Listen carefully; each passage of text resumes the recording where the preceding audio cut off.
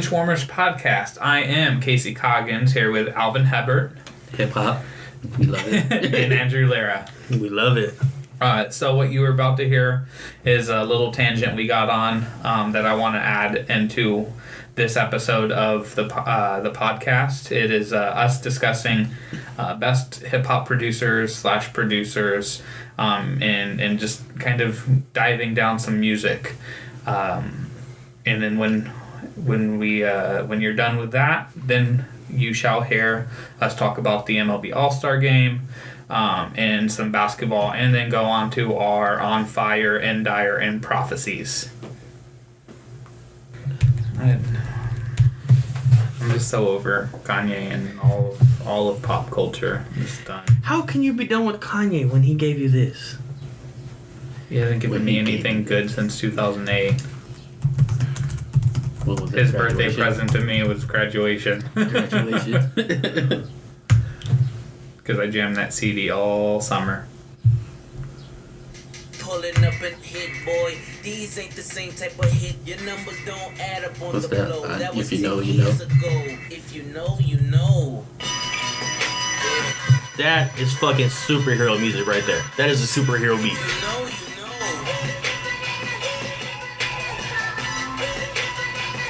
If you know, you know. This What's thing of superhero, ours, oh, this though? thing of ours. Her fraternity, Shaft. a drug dealer, bring it off. I just happen to be alumni. I don't like it. You don't like it? Mm-hmm. Oh my god, I get chills when I listen to this shit. Just that drop, because it's just that second of silence. And then just... It's too shrieky. Like that's what I like. His production values was always on point.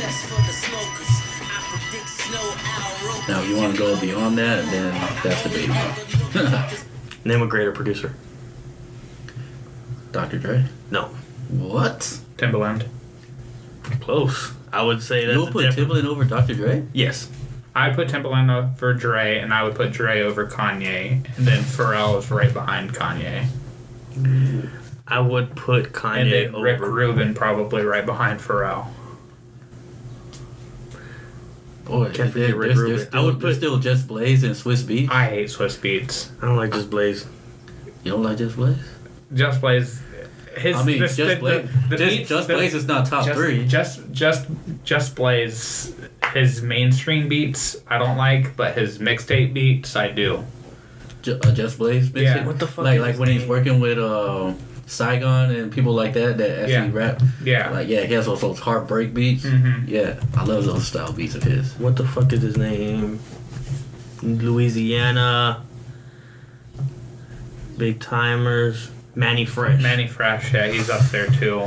Man. But see, the reason I put Timbaland number one is Because Justin Timberlake is white and you relate. I was gonna say the umbrella that he has. Like, Yeah. He does a lot of different stuff. Well, yeah, Gwen Stefani, Nelly Furtado. Missy Elliott. But I mean, you could say the same thing about Pharrell. Yeah, see, like that's why I'm like Gwen Stefani. But, Yeah, exactly. But, The same. But I think, I guess because NERD. The Neptunes. Yeah. Like, Because yeah. I think, and I feel like Kanye, and I think Dr. Dre is strictly West Coast. What? How? Strictly West Coast. When he touched Eminem and 50 Cent, and those weren't West Coast beats. They had a strong West Coast influence. I mean, a couple of them. He uses his strings, the typical Dr. Dre But strings on there. That's all West Coast. I understand That's but the Forgot About Dre beat. yeah. But come on, like what? I put Kanye on there because of all the sampling. Even today, he still samples so much, and I mean, sampling is one of my favorite parts of his production. He'll have like 3-4 different samples on one beat. He's got a fucking who did he just feature on his last album? Louis Prima. He had fucking King Louis featured on his last album. King Louis dead. Well, Drake has Michael Jackson on his newest album. That's the weekend. And he also had Otis Redding on Watch the Throne. Yeah, but see, that's one of the things that I think. And, I know. I love sampling. I love that old soul. And that's what I was about to say is one of the things, because you see sampling two ways. You either see it as like creative genius in the sampling, or you see it as, well, I can't come up with my own music, so I'm going to use this to be able to branch it into something that I want to do. I'm in the side of the other. Like, you're in the side creative genius. I'm in the side kind of a cop-out. It works, and I love it because I love that old music, but it's like a techno DJ. Because he took what you made, he took just a piece, 20 second 30 clip, and looped it, twisted it, and just made it his own. That whole through the wire beat. Yes. Yeah. Yeah. Right. Like, he just takes a piece of it. He takes a piece of it and he fucking remolds it. But I mean, it's his own. The first beat that he sold to Kanye was Exhibit, Explosive, and he slowed it down. He just slowed down the Explosive beat and sold it to Jay. So that's where it's like, okay, yeah, you manipulated it. But, like, that shit I was doing when I was, like, 10 years old on the computer, where I was taking, like, classic rock songs, changing the tempo, taking out the vocals. Like, man, you missed out on millions of dollars. I didn't know that at you the did time something wrong. because I was doing it because I thought it sounded, like, funny. But, like, the way I feel like he, like, mastered the art of it, though. Because I know, like, a lot of people could just do that, but, like, he mastered it where, like, it blends well. And he gets, like, 3 or 4 different types of samples onto one songs now. Yeah. And it's not strictly 808s, and it's not... Yeah. Like the beat will start like 808, and then, like, it'll, like, get that break, and then he, like, it's like every... else. What I was going to bring up was, before Andrew brought up the samples of Kanye, is that every producer has their sound. Like, you can listen to a beat not hear anything else, don't know who it is, but you can be like, okay, that's that producer. Yeah. It's that's what I said with Dr. Dre with his strings. Pharrell typically has a lot of percussion as far as, like, tom-toms go. He's got a lot of, like, and cartoon sound. Yeah, the woo woo woo. Yeah, it's just that real, like, really eclectic. And then Timbaland always puts his voice in it. Always puts his voice in his song. He's always got a little sense of a cannon in there too. Yeah, not like the boom cannon, but just the repeat. No, his like hit hard too. Like, his drums, like, it's like it's a snap snare. Yeah, it's because like, Manny Fresh, because I mean half of Lil Wayne's early music was Manny Fresh. Yeah. So the reason why Kanye doesn't have just that New Orleans sound. Have that sound is because his sound is somebody else's sound that he put to make his own sound. Like, but at the same time, his sound, I guess you could say his sound is so broad, he doesn't have that certain sound. Like, I think Manny Fresh is like... His early days, he did all of Common's music. That used to be Kanye's sound. Oh, yeah. One of my favorite songs of the like early to mid 2000s was... It was like a... South, it'd be like... South Side. Yeah. It had real... It was... Lloyd, it was little... No. South Side of the Shy. Yeah. Coming from the South. Yeah. That one with Common and Kanye. Those old Kanye beats were real light, but still little on your toes. They were kind of quick and it's like make your head nod. Like, yes, exactly. Yeah. That was Kanye's sound. But at the same time, he was still on Late Registration. I think are the best hip hop beats that Kanye's done. Like as an overall like hip hop album. Like, I mean, I love Late Registration. I think it's the best thing that he's done anyways. But I think the beats throughout that, because you have Diamonds, you have Hey Mama, you have Roses, you have... Hey Mama, right there, that was Kanye's sound. That beat alone, that was like the definition of Kanye's sound. Oh my God. If you heard anything that sounded like that, you knew it was him. Oh my God. We're even like skipping over like crack music beat. Yeah. Yep. See, fucking, or the Ride Slow.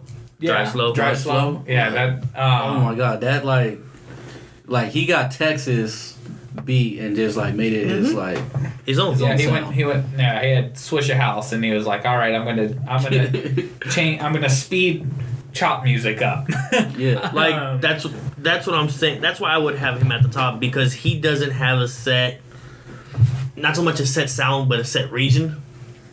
Like he could blend from any type of region, you're saying? Yeah, it could sound like it's from anywhere. Like, you know your East Coast beats, you know your West Coast beats, you know your Midwest, you know your South is it's dirty South, but it sounds dirty. To me, it's as like you said, like Kanye's variety as far as like he doesn't have a region, he doesn't have like he does samples, he doesn't have a set sound. And it helps create the greatness of Kanye, but. I brought it up earlier today to one customer that like LeBron James overall like is a greater basketball player than Michael Jordan, but what Michael did great is greater than what LeBron does. Like Michael was a great scorer, great competitor, and a great defender, and all three of those aspects of his game are better than LeBron James is greatness overall. And that's why I think Dre is a better producer than Kanye, because the greatness of Dre is he's so good at his one style, if you want to put him in that one box, that you can just go down the line of beats that he's done. And that's what I was saying. Cause like on the Chronic album, if you listen to those beats, to his beats now, it's way different. NWA beats, Chronic, he was sampling like Kendrick, disco music. The beats he did for he's done for Kendrick, and all of the stuff for 50, and all of the Shady Aftermath stuff. Mm-hmm. I feel, and all of the G-Funk era with Snoop and all of those guys that he did beats for.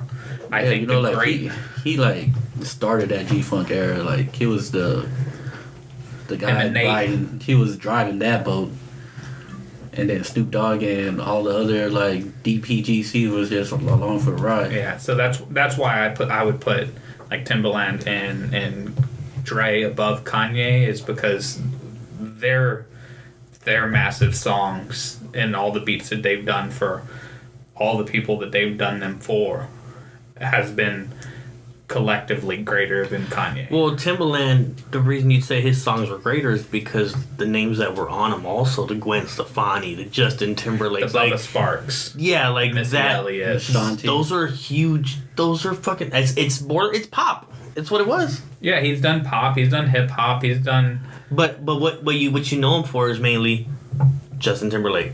He did the whole Justified album. I actually put. You know him for Missy. I know him for Missy most. Oh my god, the one that passed away. Aaliyah. Yeah, he like Aaliyah was like good, right? She goes and works with Timbaland. She blows the fuck up. Yeah. Well, yeah, because I mean, at the time, that was Timbaland, and Timbaland had a lot going on back then. That was what, the late '90s, early 2000s. Timbaland did stuff with Busta, right? Yes. Busta, Genuine. Yeah. Yeah. So I think those are also. Like, I mean, but a lot of it was real pop. You know who Kanye's worked with the most? Jay-Z. You know who's arguably the greatest rapper of all time? Not Jay-Z. Arguably. Not even an argument. I don't think so. But based numbers alone, Jay-Z is arguably the greatest rapper of all time. Jay-Z and greatest rapper alive goes with Mike Trout and MVP. They're not. Hashtag not my greatest rapper. Welcome back.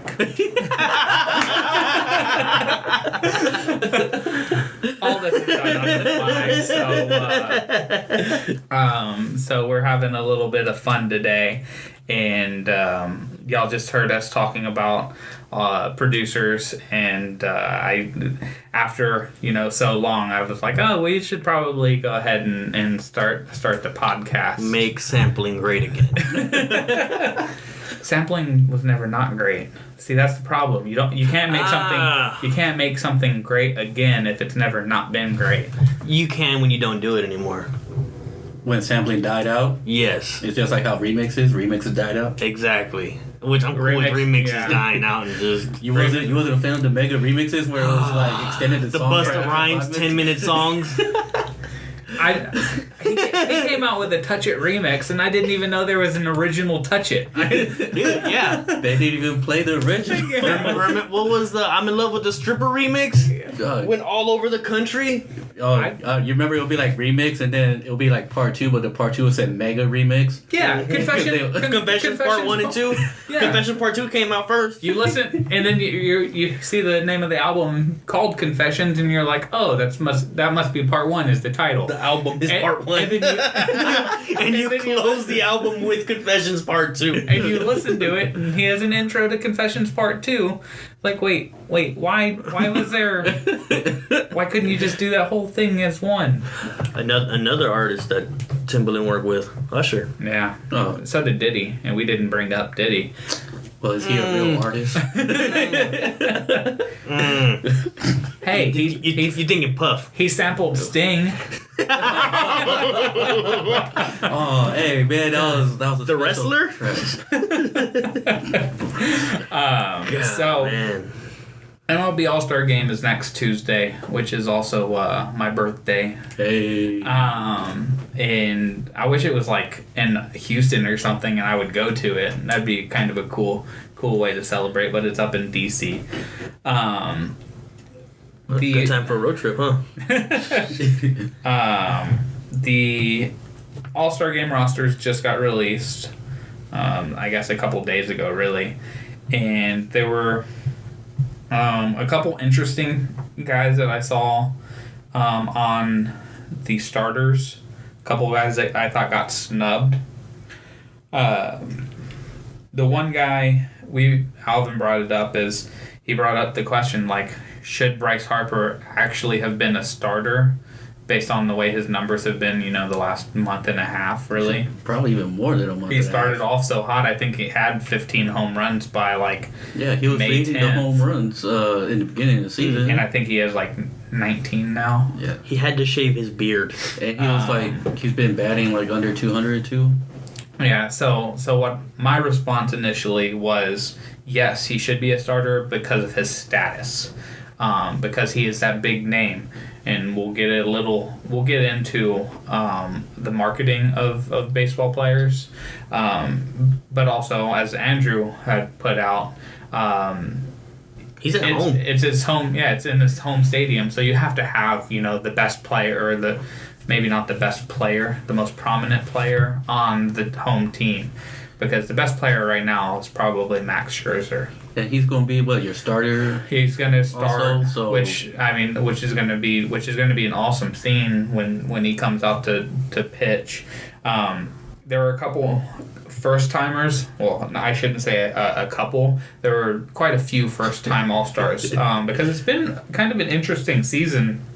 The big names that you've kind of known about over the last few years haven't had great seasons. They've been hurt. Just whatever it's been, and you've had some surprise teams. You have the Braves and the Phillies who have been playing really well. The Brewers, who I thought were going to compete for the Central because of the moves they made. But the Cubs All-Stars, John Lester, he's a known name. The other guys are known names, but it's Anthony Rizzo, not there. Chris Bryant, not there. It's Wilson Contreras and Javi Baez. Right? And Javi Baez. Javi Baez is becoming a star. He's becoming a known commodity because of the antics that he does. He's his nickname's the Magician. He's as a lot of people will say, he's the best tagger in baseball. Where he has the one play in the World Baseball Classic where Yachty throws down to Javi. Javi doesn't even look. He catches the ball while he's pointing at Yachty and celebrating, and he tags the guy sliding into second. Mm-hmm. I remember that play. So, but then there's Nick Markakis, who had the most, was either first or second in most games played without an All-Star appearance. He's in his first. He's one of the first timers for Atlanta. The other guy is Ozzy Albies. He broke onto the scene this year. And I thank the Lord that he's on my fantasy team. Hello. Trevor Story, a first-timer shortstop out of Colorado. Christian Yelich, first time in his first year in Milwaukee. Eugenio Suarez, the third baseman from the Reds. And that's the end of... Scooter Gennett, who... the Reds have 3 All-Stars, and they're they're fourth, I think, in the NL Central. So either the Reds fans were on their voting game. Joey Votto should have been there. I feel sorry for Joey Votto being in the situation he's in. And then JT Realmuto. He's another first timer. So those are all the first timers we have. Just as far as position players in the NL, you also have Aaron Nola out of Philly. I don't even know how to pronounce this name. Mike Foltynewicz. That's the first. Atlanta Braves. That's the first time I've ever tried to say that name. Miles Mikolas, Josh Hader, and Felipe Vasquez. Sean Doolittle too, or did he made All-Star? He made an All-Star, but he just got put to the DL, so he's not going to be in it. But yeah, Doolittle is an All-Star as well, but he's a second time All-Star. So you have quite a few first timers on the NL. On the AL, you have no starting players as a first-time selection. Mitch Moreland is a first-time selection. Gleyber Torres is a first-time selection. Wait, is Mitch Moreland's first All-Star appearance? Yeah. Yeah. The fuck? Yeah, same thing with Nick Markakis. They've been in the league so long, and this is the first time. To me, Mitch Moreland being an All-Star is kind of weird seeing, because think of the Red Sox. When does Mitch Moreland leave your mouth? Yeah. What number do you how many players on the Red Sox can you name, and then you get to Mitch Moreland? Alex Bregman, Mitch Haniger, and Shin-Soo Choo. Oh, and then as of today, Jed Lowry is replacing Gleyber Torres for injury, and it'll be his first. So a couple reserves on the AL side. On the pitching side, Jose Barrios, who's been lighting it up for the Twins this year. Jay Happ for the Blue Jays, who might not even be with the Blue Jays in a couple weeks. To nab him. Trevor Bauer, Edwin Diaz, Joe Jimenez, and Blake Treinen. And the reason Trevor Bauer is on there is it was supposed to be Justin Verlander in that spot, but since he's going to be pitching Sunday, he's not going to be available for the All-Star game. So is he still going to be there for photo ops, photo ops and all that, right? Yeah. Also, so this goes into the new thing that MLB's started doing. I can't remember when they started it, but it is relatively recent. Is a final vote where 5 guys from each league are up for a vote to fill in the last spot. I really think that going to snubs, Jesus Aguilar should have been in there. Matt Kemp is a starter, and that's one of the guys who I like. I don't know about him being an all-star. He has some good numbers, but the Dodgers have been underwhelming. He's not as prominent of a player as he used to be. And like I said, Bryce Harper, that whole Bryce Harper thing. And I would have preferred to see somebody like Christian Yelich in that starting spot, Lorenzo Cain in that starting spot. There are some outfielders. Charlie Blackmon. Yeah, there are some outfielders on the reserve spot list that I think should have been in the starter spot, and so it's just Jesus Aguilar should be in. Right now he's leading the final vote, and it shouldn't have come down to that for him because he's been amazing. He's been probably the Brewers' most important player so far this year. And the fact that you have Yelich and Kane in, but not Aguilar, says something about where he's seen. Like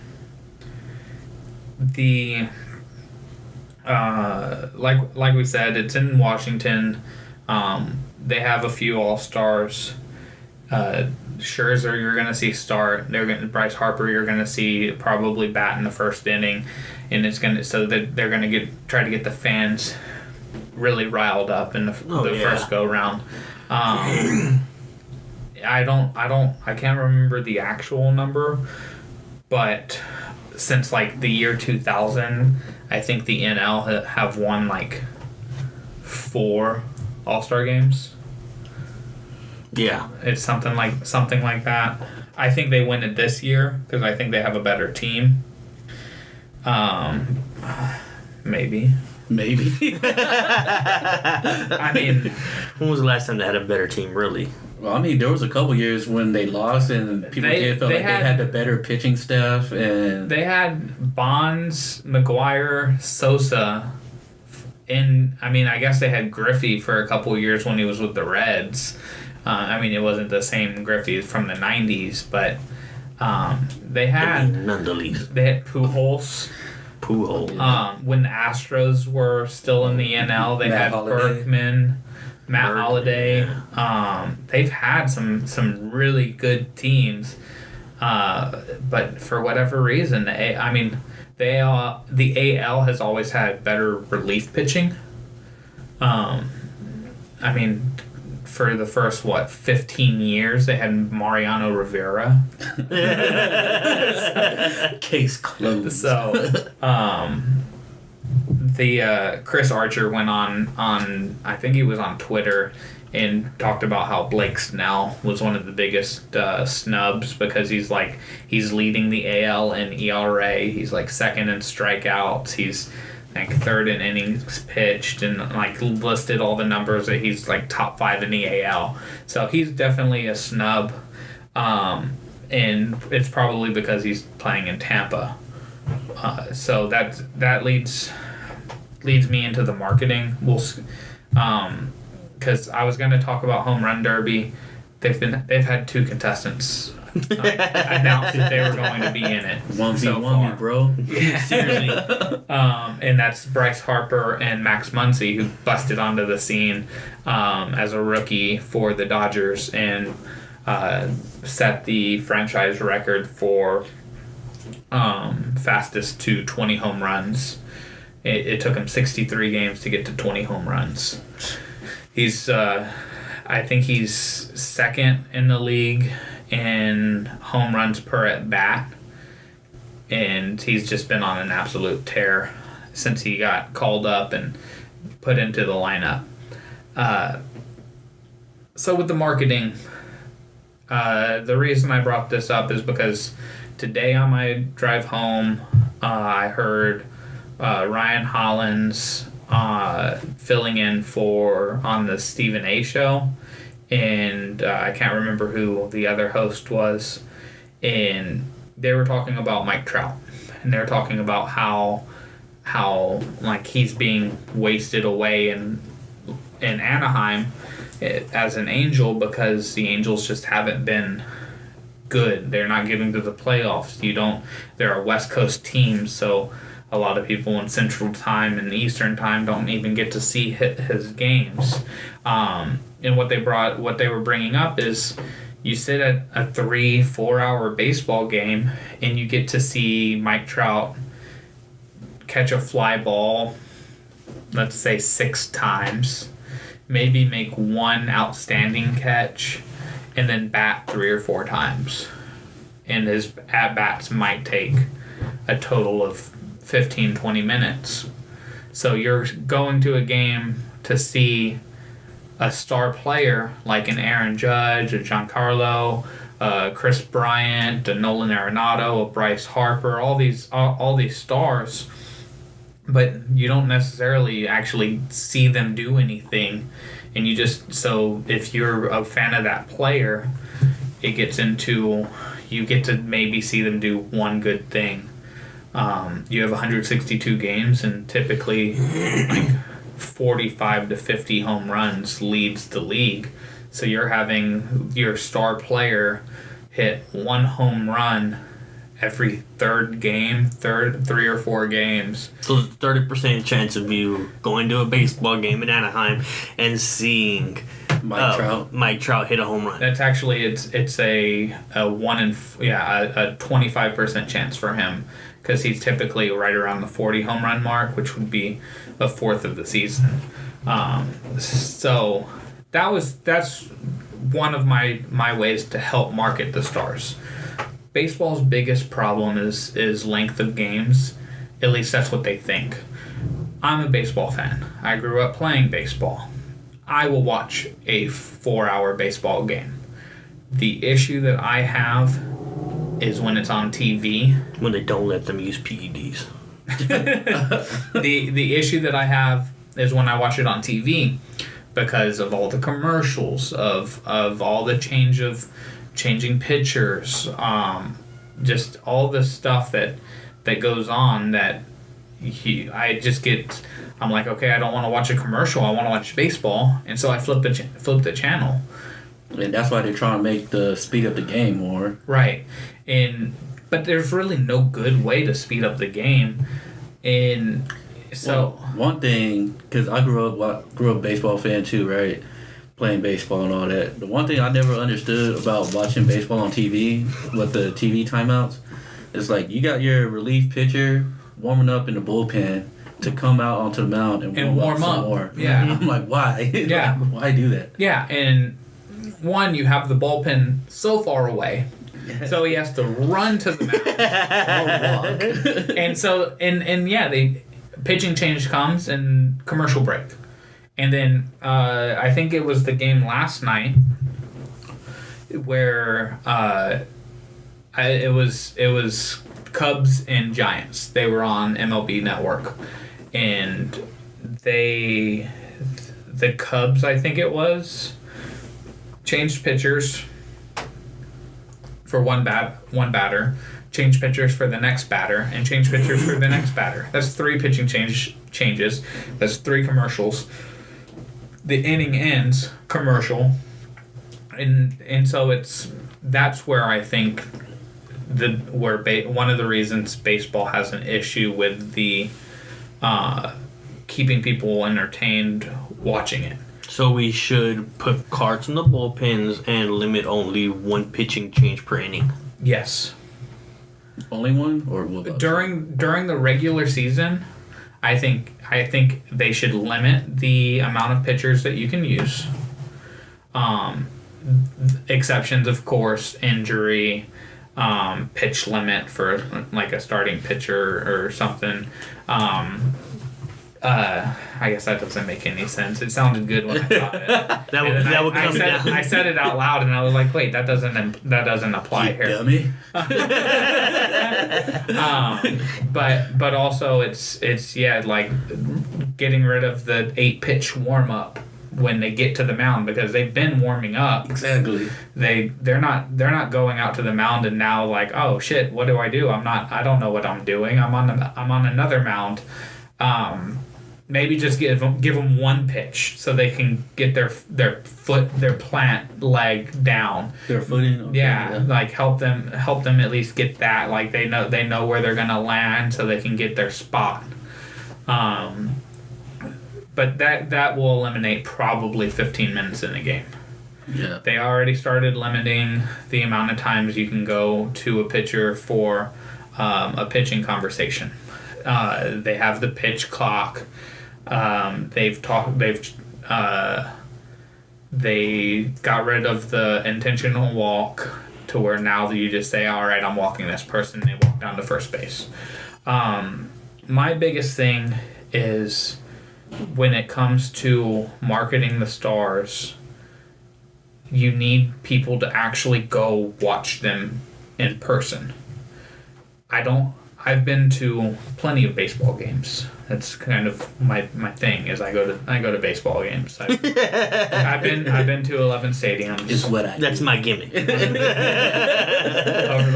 over the last like 6 years, I think I've gone to like 30 baseball games, and we're in San Antonio. We don't have a professional team. I've gone to Miami. I've gone to Tampa. I've gone to St. Louis, Chicago. Yeah. Both. Yes, my Howard Dean impersonation. And one of the things that's really shocking, minus a couple of these games, like the stadium's empty. Like they'll go put up the attendance and it'll be 14,000 people when the stadium holds like 15,000, and you look around and you're like, there's no way. Season ticket holders. Yeah, it's tickets were sold, and so they count that number. They don't count what was actually used.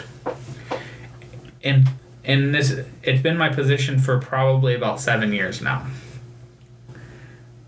Why am I going to spend, let's say I get a cheap ticket at like $20 and I'm sitting nosebleed where I can't really see the field that well. So I spend it $20 on me, and you think baseball is a family game, so it's husband, wife, kid. Typical. I think the average household is 4 still. So if you have, you're taking 4 people to the game, that's $80 in tickets. Then if you're going to all 81, that's $80 times 81. That's $1,600 in tickets alone. Then you're buying concessions. A hot dog, you get the few times where you get like the $1 hot dog nights, but then like the kid wants cotton candy and ice cream. You're drinking adult beverages. So you can, and then you're buying a hat, a jersey, a shirt, something from the fan shop. You can go to a baseball game and spend $300. Not ticket included.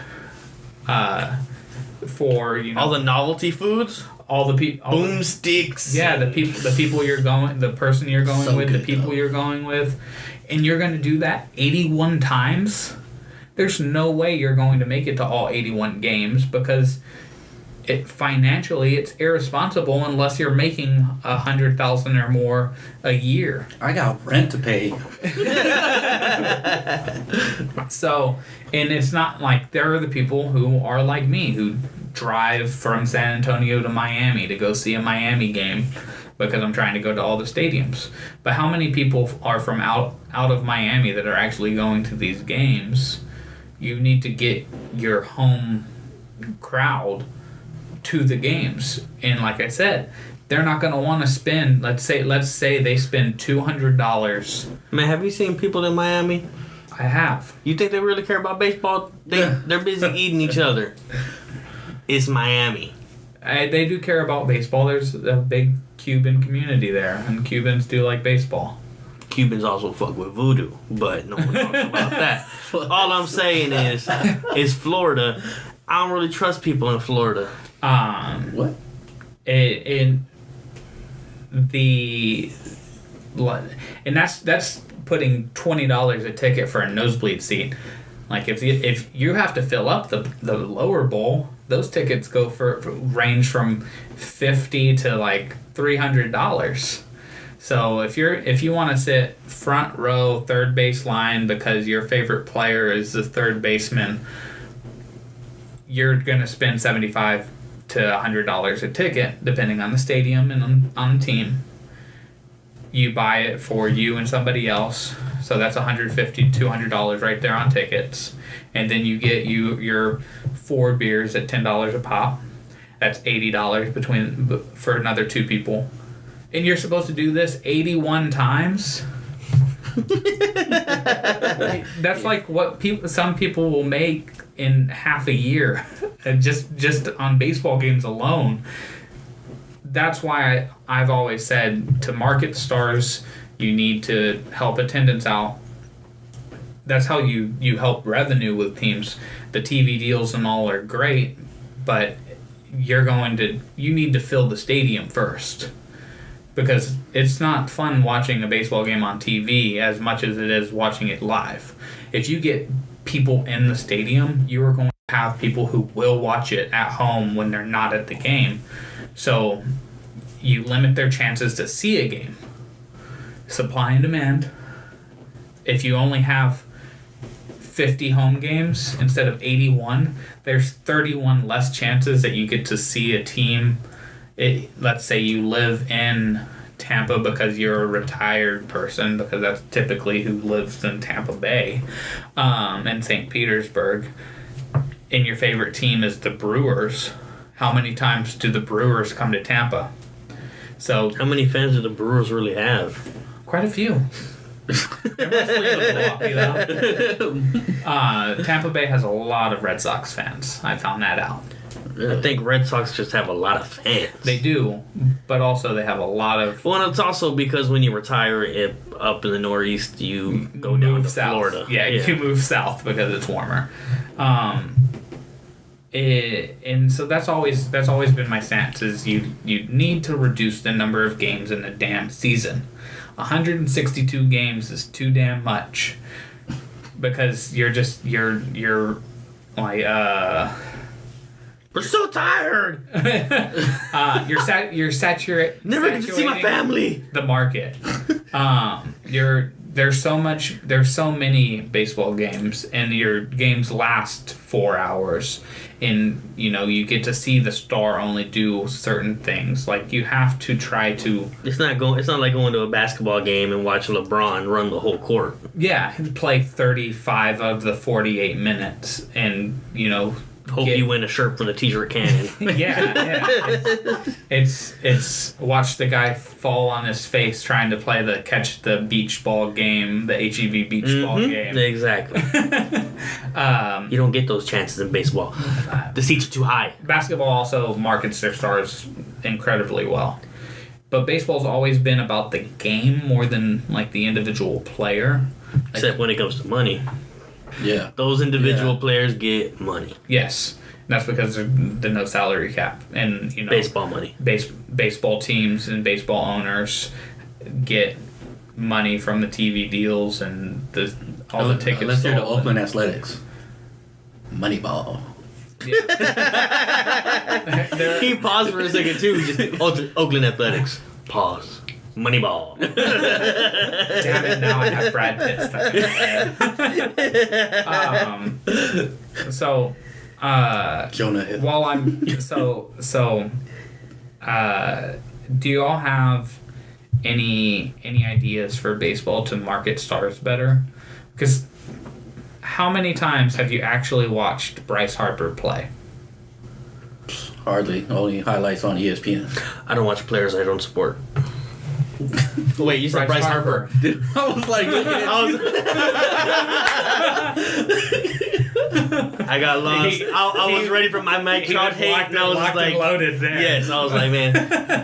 He was waiting for the Mike Not Trout. my MVP. That's why I couldn't use Mike Trout as my reference, because I was going to. He knew I was gonna go for it, but I knew that I was gonna be like, I'd rather watch somebody else. Well, one thing is sponsorships, right?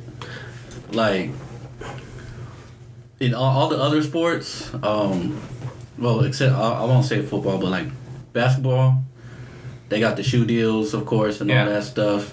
And with the Spurs, they're sponsored by HEB. Quick question now. Football, how do they market their stars? Because I can with court cases. I think that football is kind of in the same boat that MLB is, but football's much more popular because of all the action of the game. Because you couldn't tell me who endorsed sponsored Aaron Rodgers. Discount double check. I have no clue other than those commercials, which they don't do anymore. No, because now they got. But like I couldn't tell you if he was a Nike or Adidas or a Reebok or Puma or Under Armour athlete. I know Cam's an Under Armour athlete. Yeah, he's one of the few in the NFL. Like, what is Tom Brady outside of Uggs, the second greatest quarterback of all time? Uggs. Well, and I know that, but you know why? Gillette. You know why that's the whole Patriots, all of the Patriots. But Tom Brady's got Gillette commercials. But and Tom Brady's Uggs because of Giselle. But still, you know, he probably has a lot more endorsements and sponsorships than those two. Who else? Oh, doesn't he have, what's the watch that he has? Is it Hublot? No idea. No clue. It's either Hublot or the only watch commercials I ever see are like Rolexes when they're sponsoring Wimbledon. or the old Tiger Woods watch commercials. But that's the Citizen commercials. It's like you have your few in football, Richard Sherman, Russell Wilson. You need a gimmick to have it though. Yeah, baseball players don't have they don't gimmicks. have that personality like back then. Everybody had that personality. Like King Griffey Jr. What was his thing?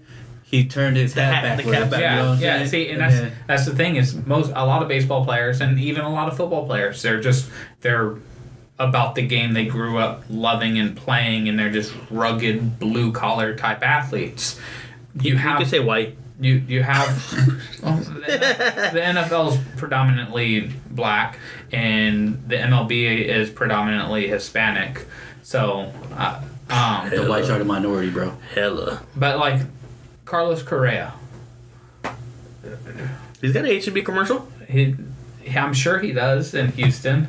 I haven't seen it in San Antonio. I have. But like I see him on Facebook too. Like Chris Bryant is marketable. Bryce Harper is marketable. But you need right now. The gimmick that everyone goes for is the attitude, the loudmouth, the Richard Sherman. You know, also when Subway got away with all that stuff, like you did lose the Mike Trout commercials because he was always on the Subway commercials with the football players that was also sponsored by Subway. Right. And then Terry Bradshaw. JJ Watt, I think. It was JJ Watt and Mike Trout. RG3. Oh, RG3 was... Oh, man, the guy... Talk about sunken place. But, like going back to King Griffey, I heard King Griffey because he was my favorite baseball player, right? Right. So, like, he started a whole wearing the cap backwards when he did the home run derby and all that stuff. Yeah. And also... like his whole personality was like his niche because like his swing was so beautiful, like it just looked like nonchalant, like I'm so good. And he got sponsored by Nike too. He has his own Nike brand shoes, you know what I mean? Yeah. So Diamond Turfs. But like they're actual regular shoes though, right? Yeah, they're actual regular shoes. Yeah, see, and it's like indoor like turf shoes. Yeah, so that's there are marketable players because there are guys that are doing things that we have never seen before. But I think it comes down to the personality. I really do. I think it's personality. I think it's and right now the personality we want is the attitude, like the Conor McGregor. Or like how you said Javi Baez, you know what I'm saying? Like right. Yeah. Big Papi. Manny Ramirez. Yeah, like not so much bad boy, but they have that. Not really but grit. It's just that how many realness. And then the Yankees, when they were like popular like back then in the 80s and stuff, they had the stashes and all that stuff, you know what I'm saying? They weren't allowed to have facial hair. Yeah, that's right. They're thinking the White Sox. Oh, the White Sox, I'm sorry. They had the stashes and all that stuff. Like, yeah. So like there was stuff that people were like drawn to the players and everything like that.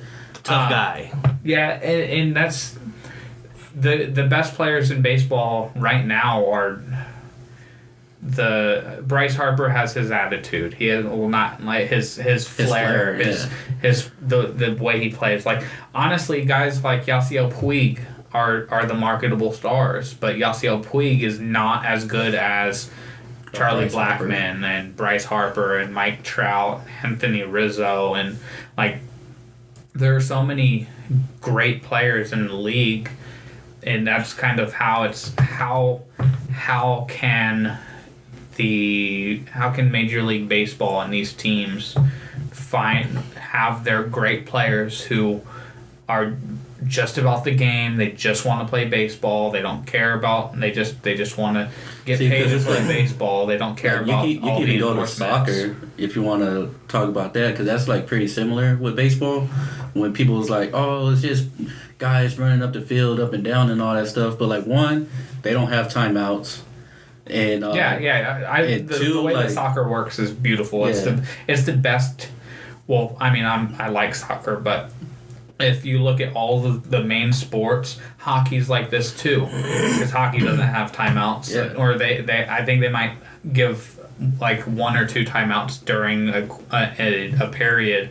But it's all free flowing. Like, yeah, you might see a 1-0 game or a 0-0 tie, but you don't have to.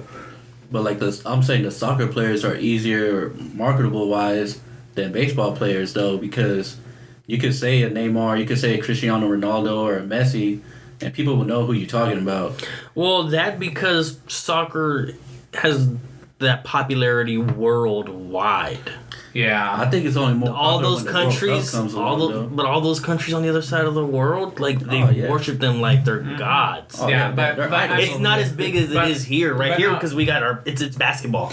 Right. The way we see our basketball stars, our NBA stars here in the States, is how the world sees soccer players. Yeah. Right, but to touch on Alvin's point though, is we're Americans. Soccer is not the sport that it is internationally here, and yet we know the David Beckhams, we know the Wayne Rooneys, we know the Thierry Henrys, we know Zlatan. we know Messi, we know Cristiano, we know Neymar, and so like those are right now the 3 guys. Like, you could go up to a random person on the street and ask them who led the Premier League in goals this year. They're not going to come up with Mo Salah. They're not going to come up with Harry Kane. You might be able to say. Man, you go walk around saying Harry Kane, you might catch a Me Too catch.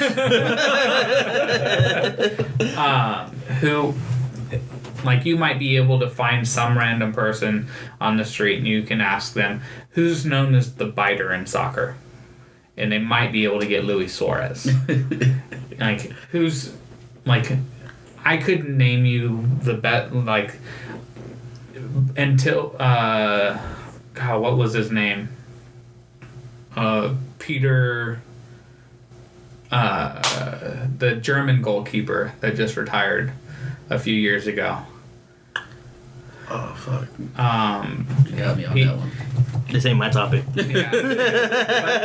but the greatest goalkeepers in the world, I couldn't fucking name a goalkeeper for you. You asked me that, I would say Tim Howard. I couldn't come up with De Gea before the World Cup. Yashin. I knew Buffon. That's Phoebe? the guy. Phoebe? That's Phoebe Buffon?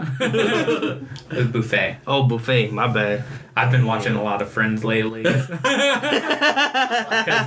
never watched it when it was actually out. I've only started recently because April and I had a deal that if she watched all of Psych, I would watch all of Friends.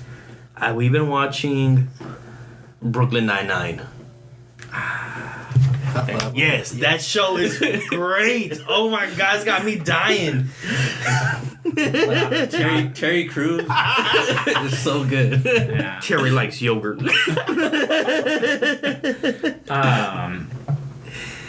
So yeah, it's tough marketing all of the great players in the MLB, because I think it's a lot like the same way with a lot of sports, is I think overall talent wise we see more talent in now in the MLB than we did 15 years ago. Yeah, well, also to touch on the soccer part, all those star players what they had that flair too on the field too, right? Like Ronaldinho. Yeah, that's what I was about to put. Like Ronaldinho, you go to him, like the balls, skills, and everything like that.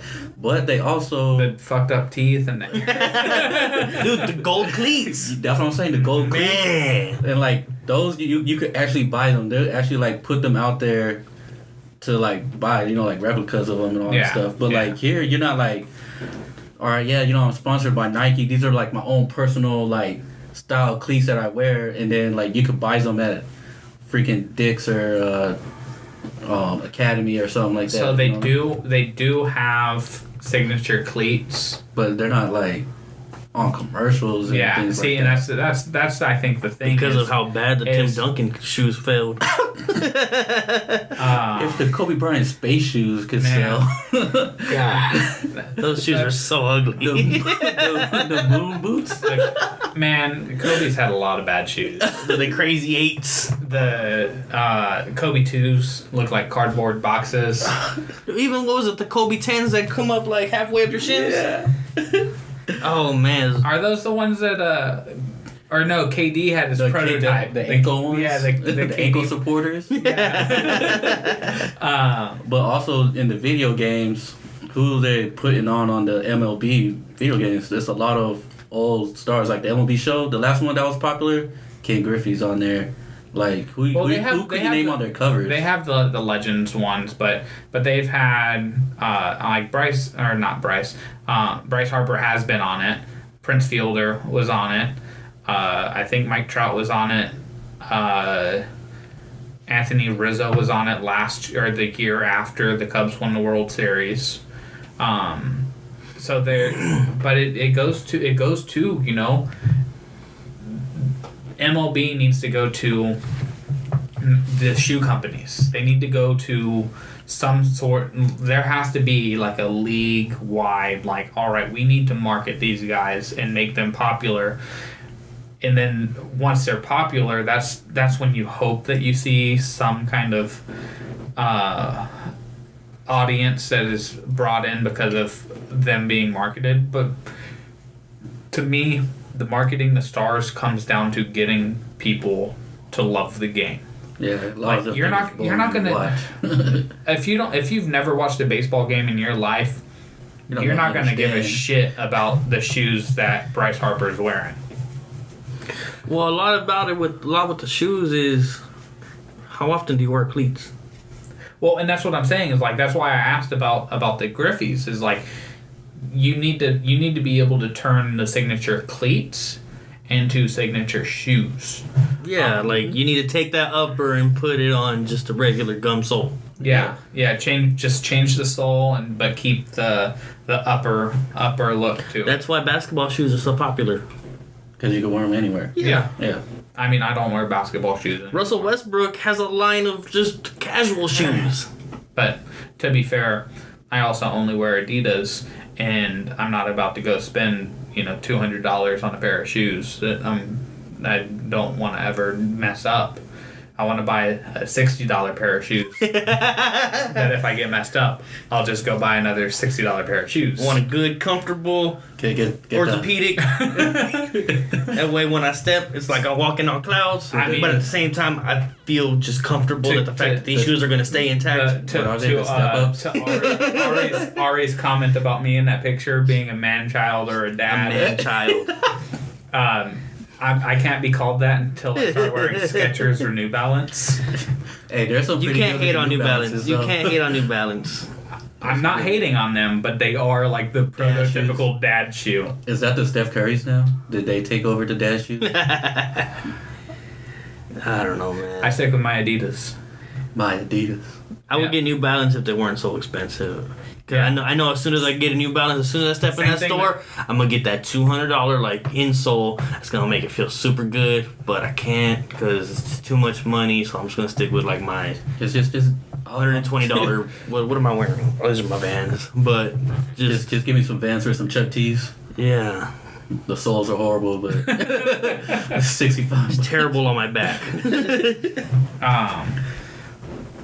Well, I guess that should lead us into another sport conversation. What the hell's going on with the Spurs and Kawhi? Nobody knows. Because it really does seem like nobody knows the trouble I see. All I keep Nobody seeing, knows my sorrow. All I keep seeing is Uncle Dennis this, Uncle Dennis that. All I see is rumor. All sources say, speculation. Every time we try to meet up with you, big you're words, moving around and stuff. How come you can't just sit with us? What are we, fucking Steven Glansberg? God, man. So yeah, like the podcast came out last week about Kawhi being hid from the Spurs because the Spurs didn't give Kawhi's group a warning that they were going to come and check in on him. So they felt like they were being harassed, and so they needed to hide Kawhi. What the fuck they coming over here for? I don't know, Uncle Dennis. But and so somebody, I think it was like Sarah Spain or Mina Kimes or somebody on, maybe it was Ramona Shelburne. Somebody on ESPN said either Kawhi was healthy enough to play and sat out 73 games, or he was actually hurt but still didn't like say anything that he was actually hurt and missed 73 games. Like that's Michelle's Beatles. Like beef with him. Yeah, shout out, big ups to Michelle Beadle. Calling him a diva, the real one. Yeah, it was. God. Like the whole situation is wacky because the Spurs. Is it really wacky or is it kind of wonky? It's a little bit of both. No, okay, I just wanted It's like to clarify. a wanky. It's like wanky. Oh, hey, wanky.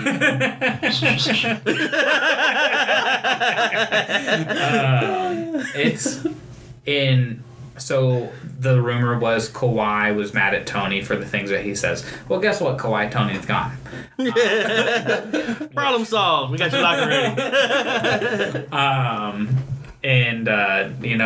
Manu will probably announce if he's coming back or retiring within the next week.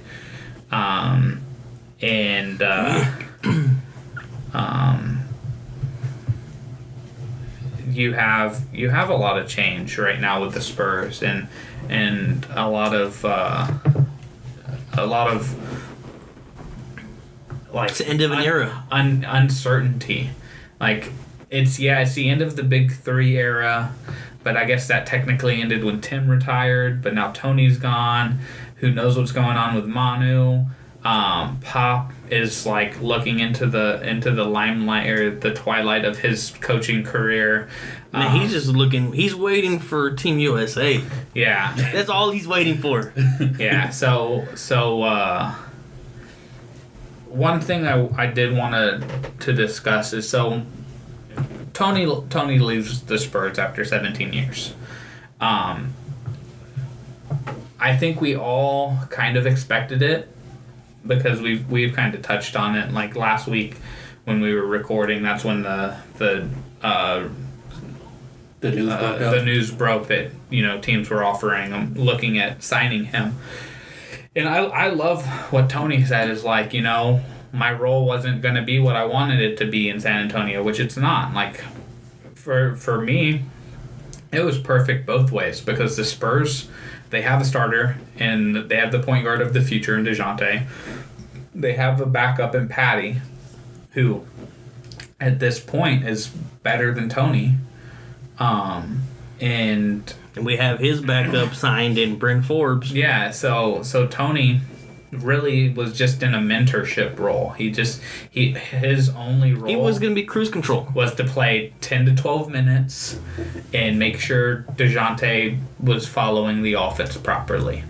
And so, like, I understand that, like, Tony would have just been, like, a waste of a contract for the Spurs.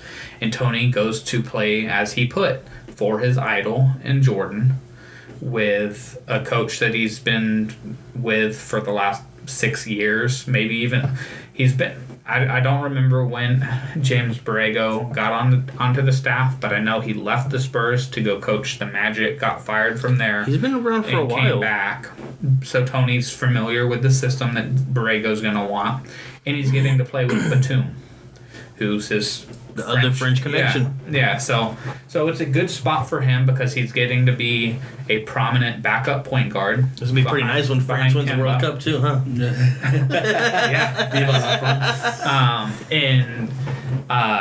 So I thought the Tony thing was good for both sides because Tony, from watching him this year, it's like I still thought he had something in the tank. But the roster the Spurs had was built around Kawhi and not Tony, when 4 years ago it was built around Tony. So it's tough seeing him go, but it maybe it helps Kawhi stay. Kyle Anderson is with Memphis now, which I think I was indifferent about. Would have loved to see you stay. But that price was a little too much for us. Yeah, it would have been nice to get him at like $7 million. I don't think 9 was absolutely just unbelievably high for him because he is still young, he is still talented. It was just high for the Spurs. But it is since the Spurs are in this state of flux, it would have been hard to sign somebody like Kyle to a 4-year deal. I think with how the roster is right now for the Spurs, they have 1 power forward and 2 big men, and everything else is guards. And who are the big men? Gasol, Aldridge, and Gasol. Oh, that's right. And Rudy Gay. He's a big man. He's considered a power forward right now. Well, you said we got 1 power forward and 2 big men. Yeah, Rudy Gay, Aldridge, and Gasol. And then it's right now under contract. It's Kawhi and Bertans at the small forward position, and we have Marco, Bren, Manu, Patty. Can't the Spurs really run Lonnie as a 3? They can. I think they can do a lot of things. He's like a 2-3 hybrid. I also expect Jared Blossomgame to be in the NBA this year. Because I thought he would have been nice to see a little more of last year because of his size and athleticism. That, to me, the Spurs need to just go young.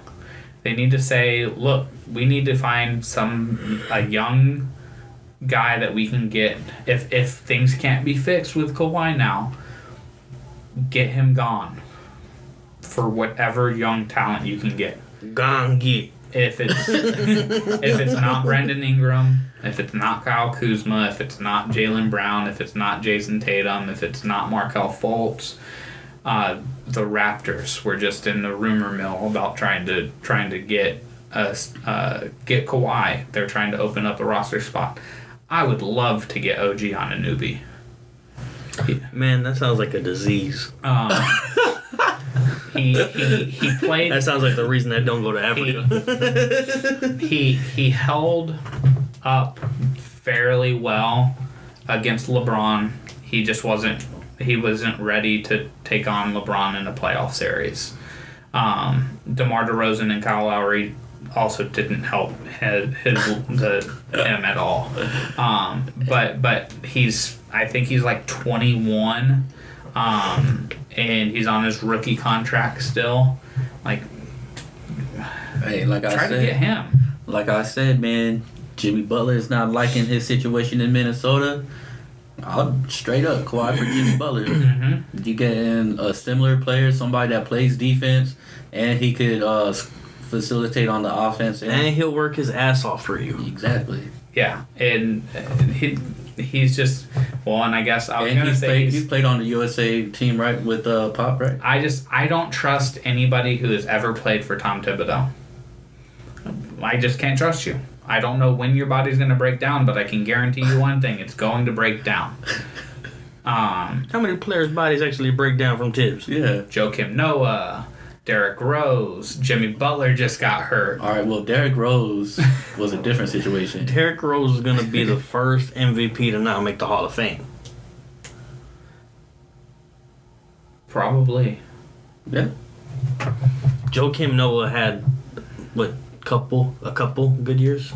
He was solid. He on was the defense and rebound. He was really good. Yeah. If he didn't get hurt, he would have been, a top 5 big man for probably a good 6-7 year run, because Joakim Noah's all hype. What? Do I need to pull up numbers, bro? Joakim Noah's all hype, bro. I mean, I those 4 year those playoff runs, those 4 years. He was like a couple years, a couple. I think he was third in MVP voting. Third in MVP voting, and you know who won an MVP? His fucking teammate. Yeah, deserves.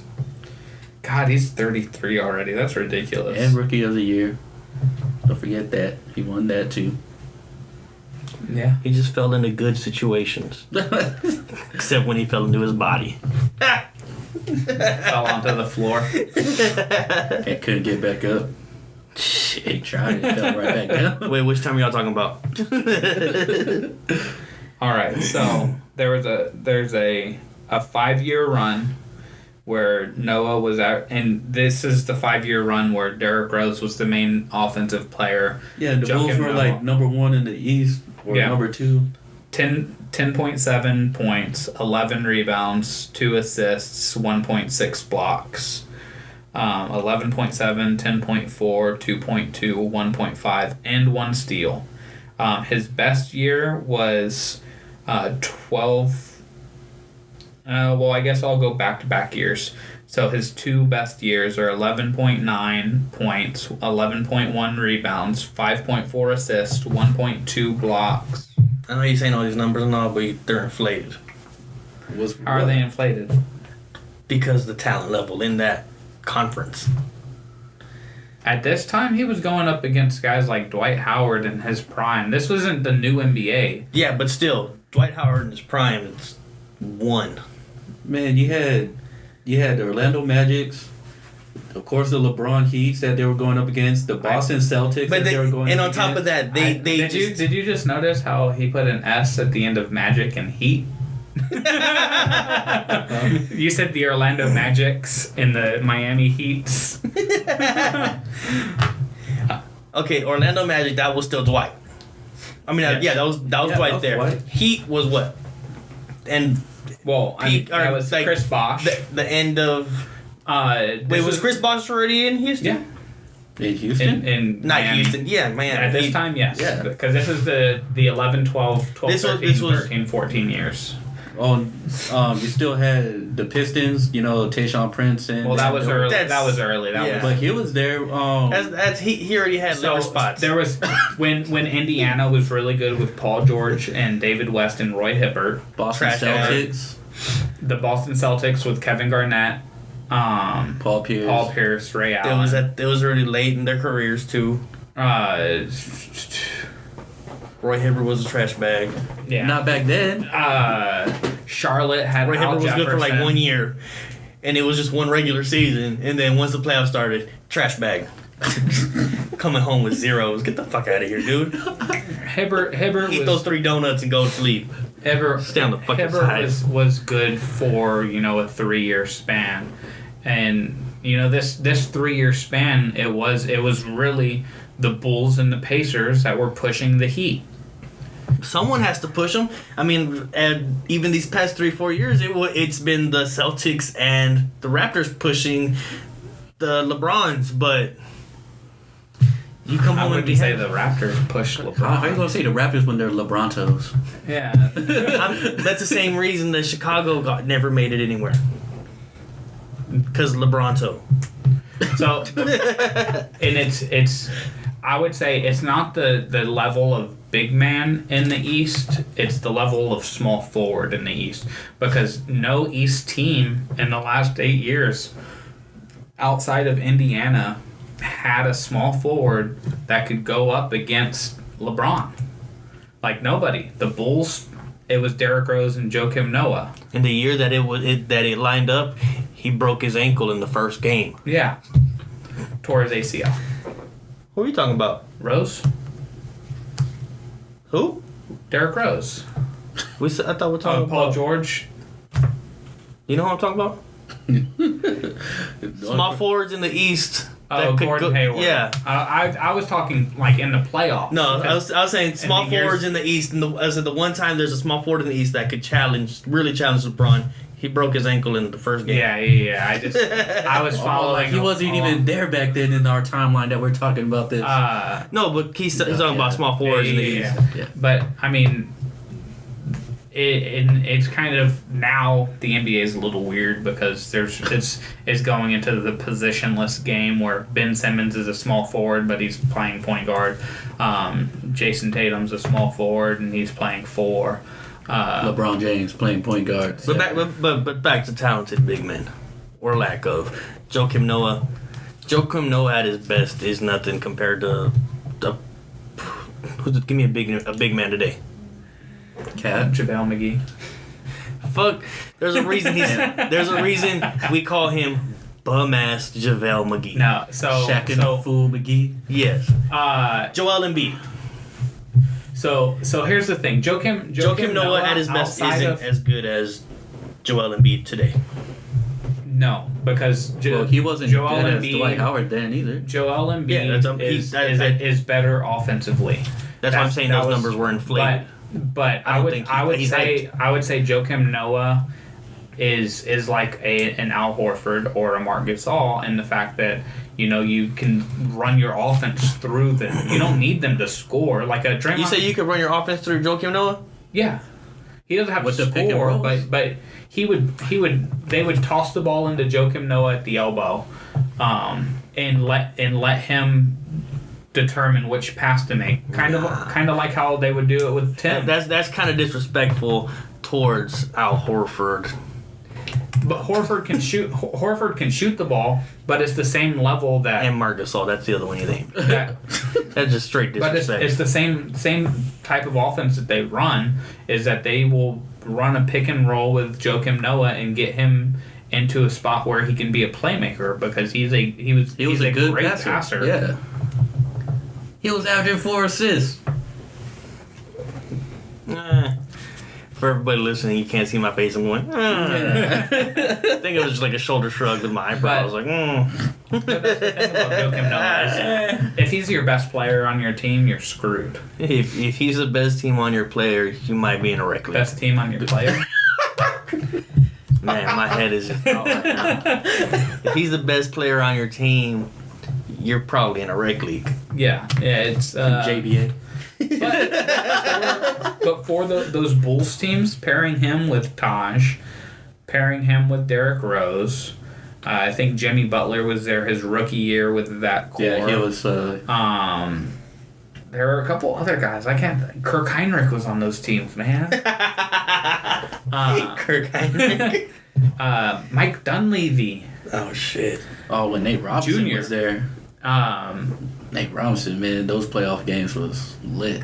Man, you just love Nate Robinson because you're taller than him.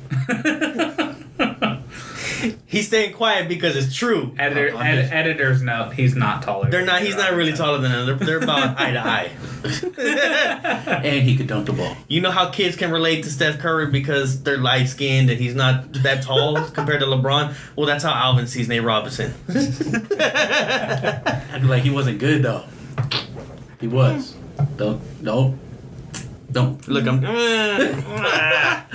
I'll say he had like 2 good years. Nate Robinson with the Bulls, yeah. He had maybe one great moment. Nate Robinson is the best under 5'10" guy the league has seen. Muggsy Bogues? But after that. I think Nate Robinson was better than Muggsy Bogues. But do it 1-on-1. But 1v1. Muggsy Bogues didn't have no offense game, man. Muggsy Bogues was just ball handling and assisting. Yeah, and defense. The only problem is most of the guys in the league can just dribble right over top of them. But like better than Spud Webb and better than Earl Boykins. Better than Muggsy. I guess I haven't heard that name. How tall is Nate Robinson? 5'9". I thought he was like 5'6". Yeah. He's listed at 5'9". He's probably like 5'6". He is 5'6". I was like, yeah, he is. That's how tall I am. You are a short girl. Fuck you, man. So let's wrap up with our on fires, end dyers, and our prophecies. I'm gonna lead off with my on fire, and it's the guy who we're watching right now. Well, the team's getting blown out, but Kevin Knox is on fire. Ayers can still play in the summer league. Who?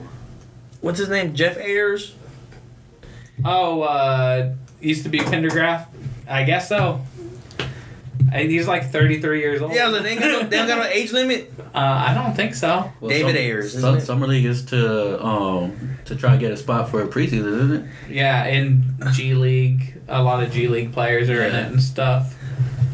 But this fool got bumped off the Spurs before we won a championship. Good old Stonehands. No, he was on the team. He was on the team that won it. He was on the team in 2014. He won a championship there. He's right there. Yeah. He was from Arizona State, and he changed his last name. He used to be Pendergraft. That shot was ugly. But Kevin Knox is who's on fire for me because of the things that he's shown in Summer League.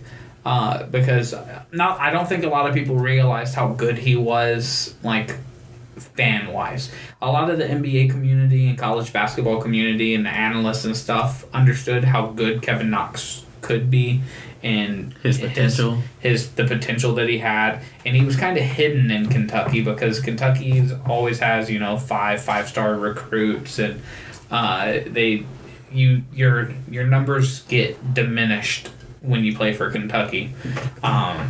Some people were saying Karl Anthony Towns shouldn't have been the number one pick there.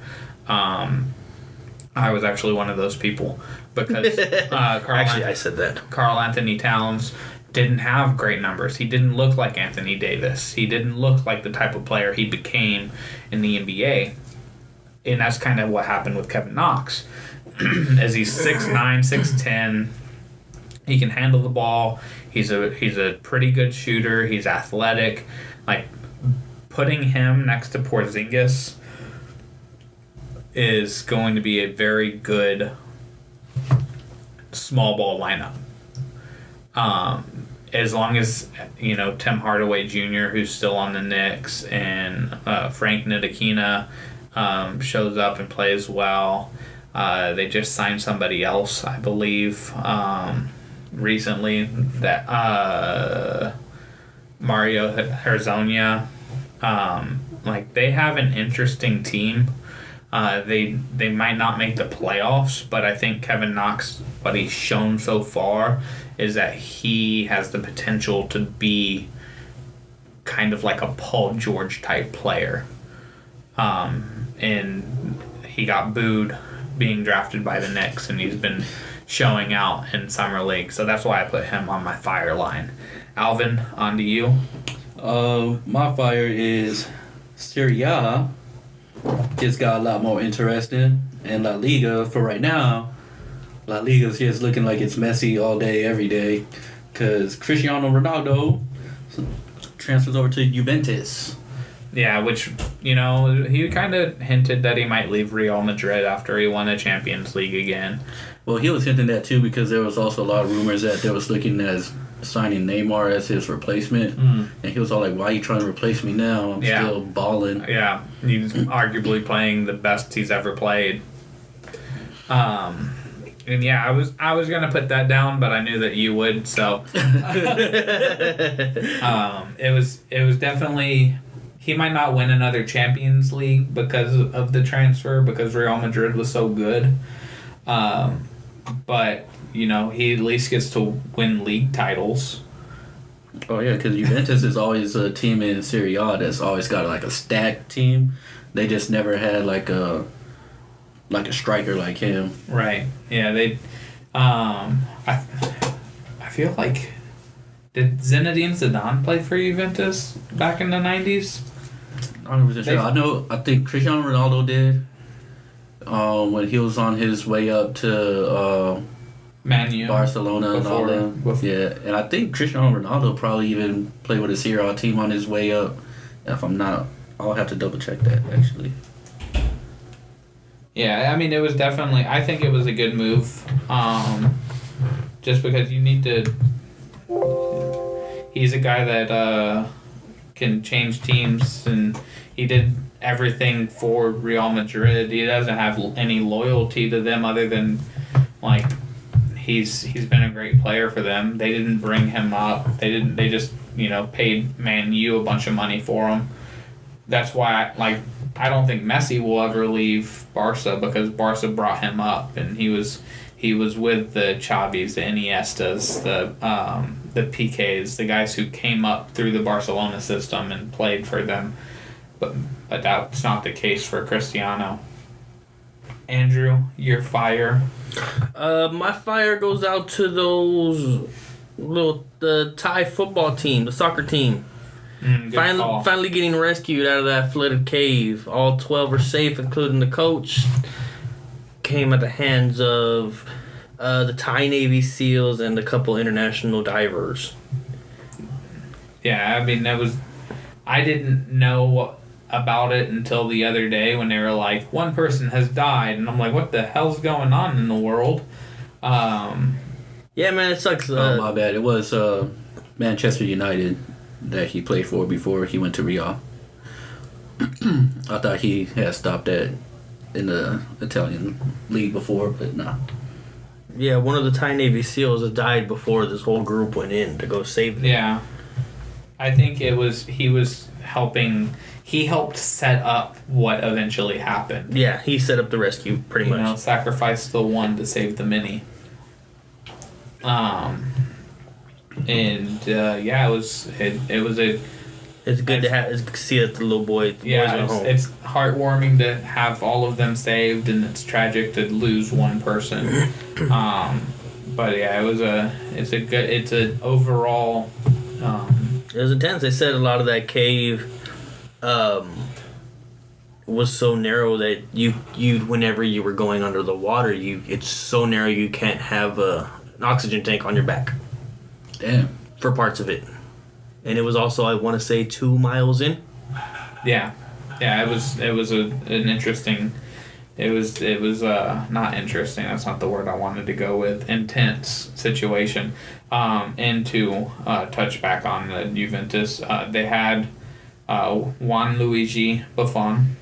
They got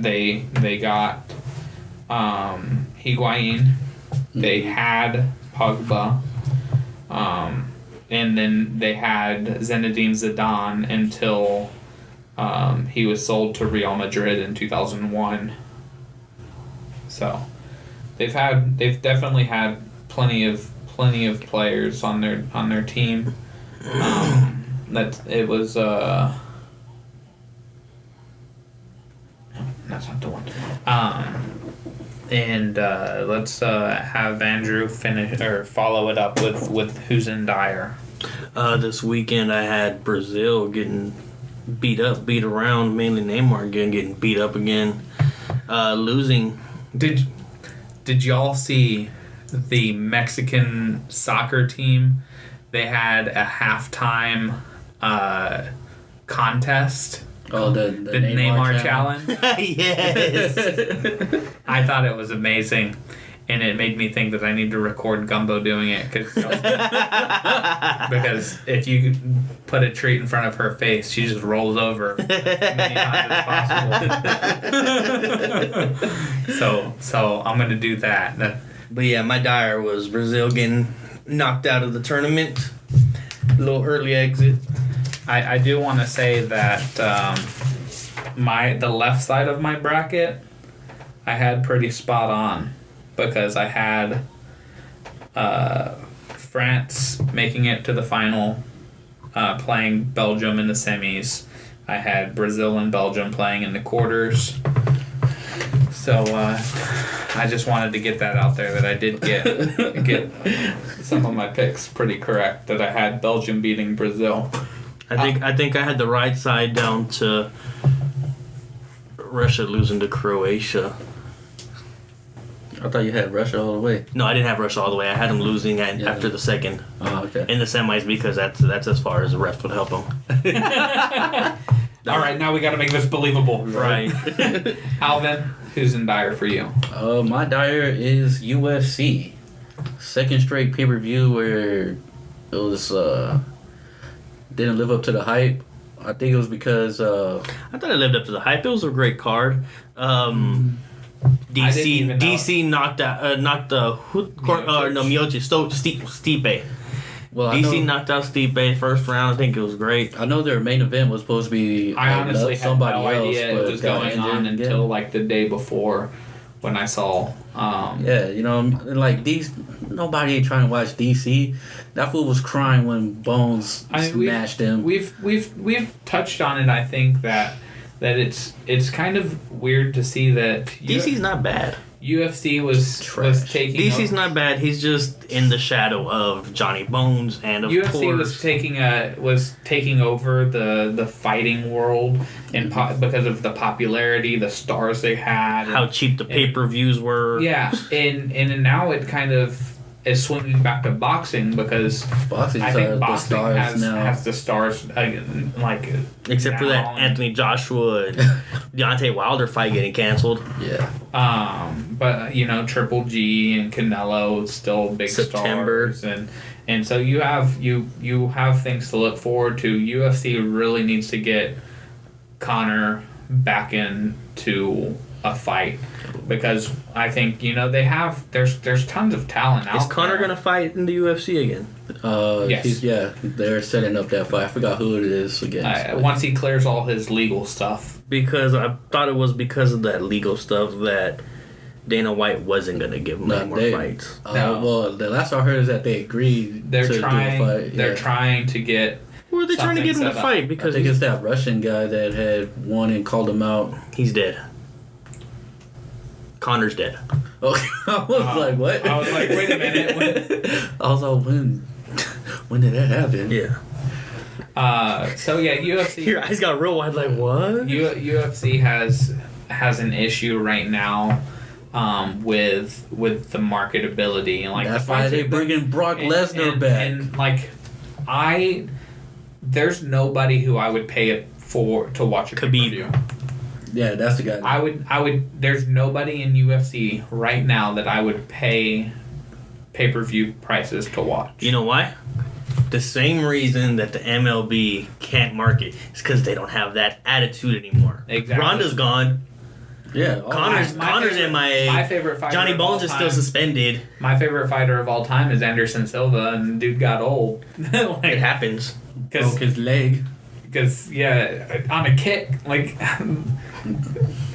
yeah. You know you should retire when. Well, I mean, he got caught the first time. The only reason that rematch was happening is because he was talking shit. And he got caught. Remember when he's like, oh, he pretended to get knocked out. Who was it? Oh, it was the fucking... the white guy.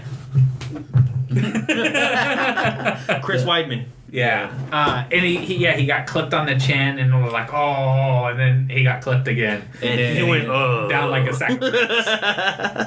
But see, that's the thing is like, that's fighting. John Jones is an Anderson Silva imitator with probably better fighting ability.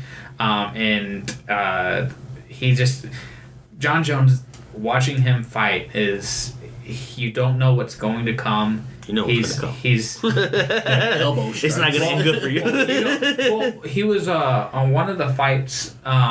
He was getting into the clutch, and he was jumping into the guy and using his shoulder to get the guy in the chin over and over. Mm-hmm. Like, what the fuck are you like? What kind of technique is this? But it's effective. It works.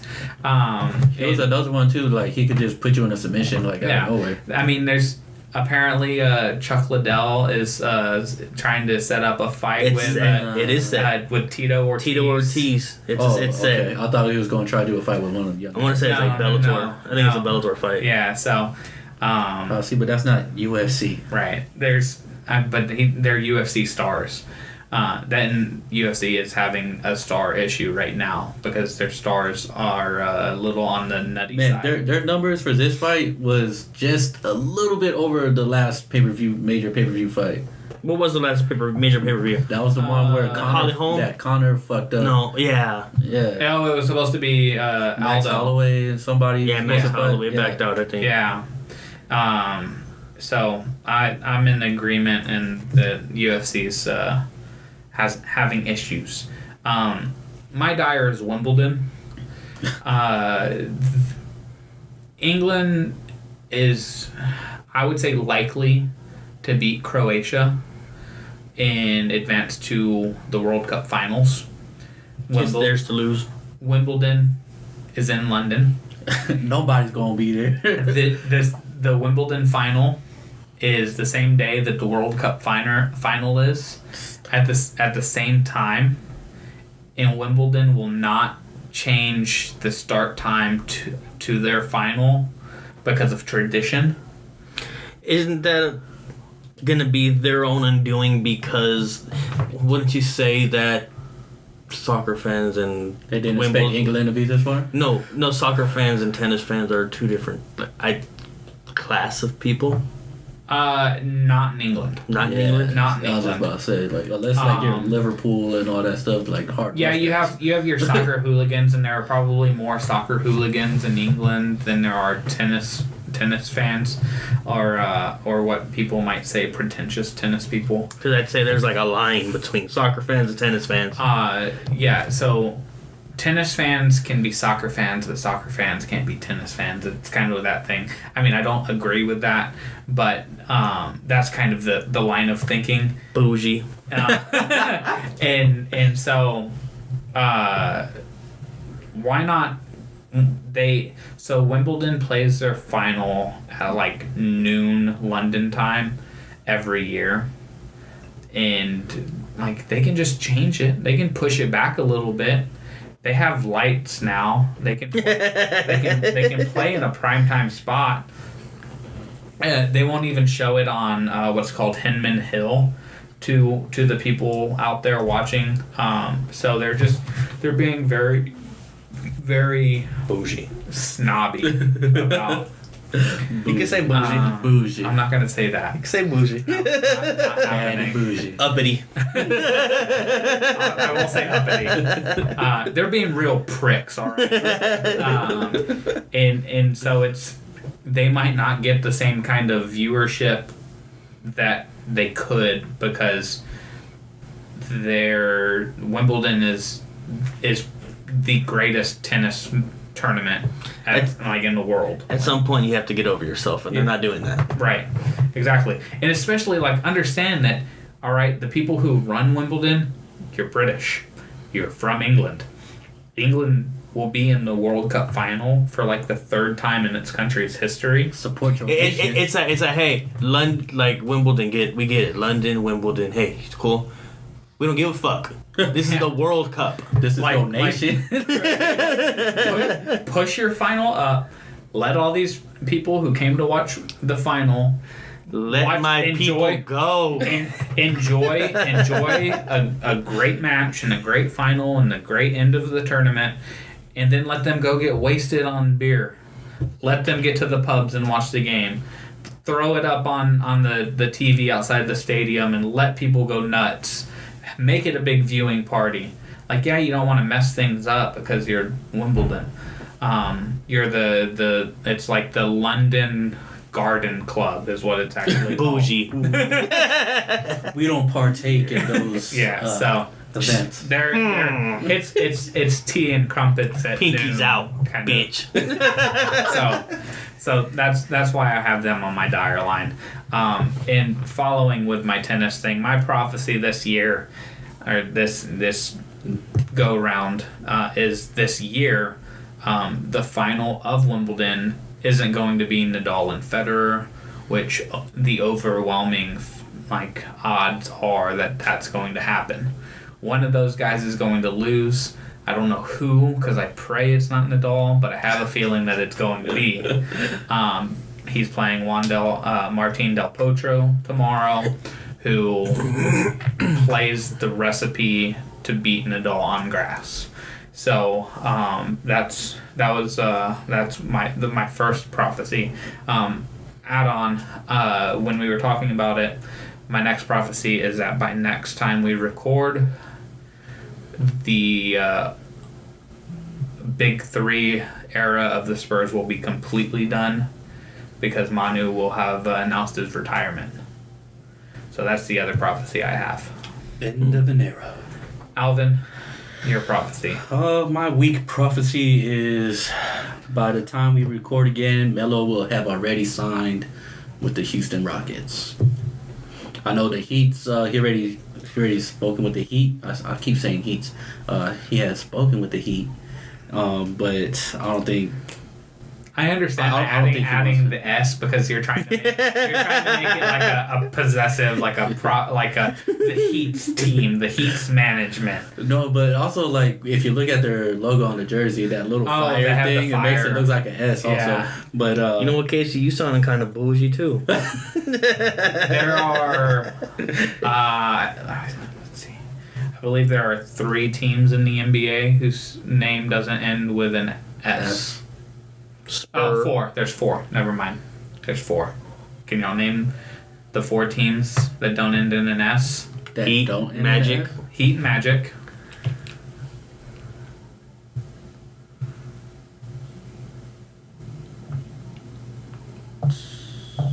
The team that Melo's coming from. Thunder. And the team that has only made it to 2 NBA finals in the 90s. Jazz. Those are the only 4 teams.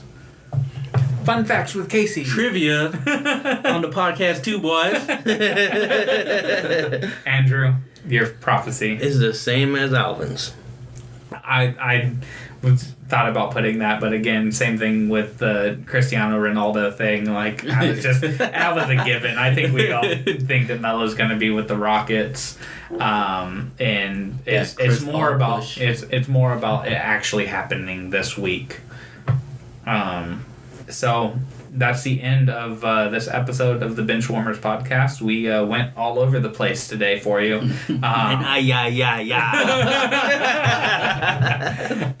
So thank y'all for listening. I am Casey Coggins, as always, with Alvin Hebert. Letters. And Andrew Lira. See you. See you next week. We'll take your girl, pay you no mind. Stealing hearts is what we do. Watch out, girl, I'm coming for you. Watch out, girl.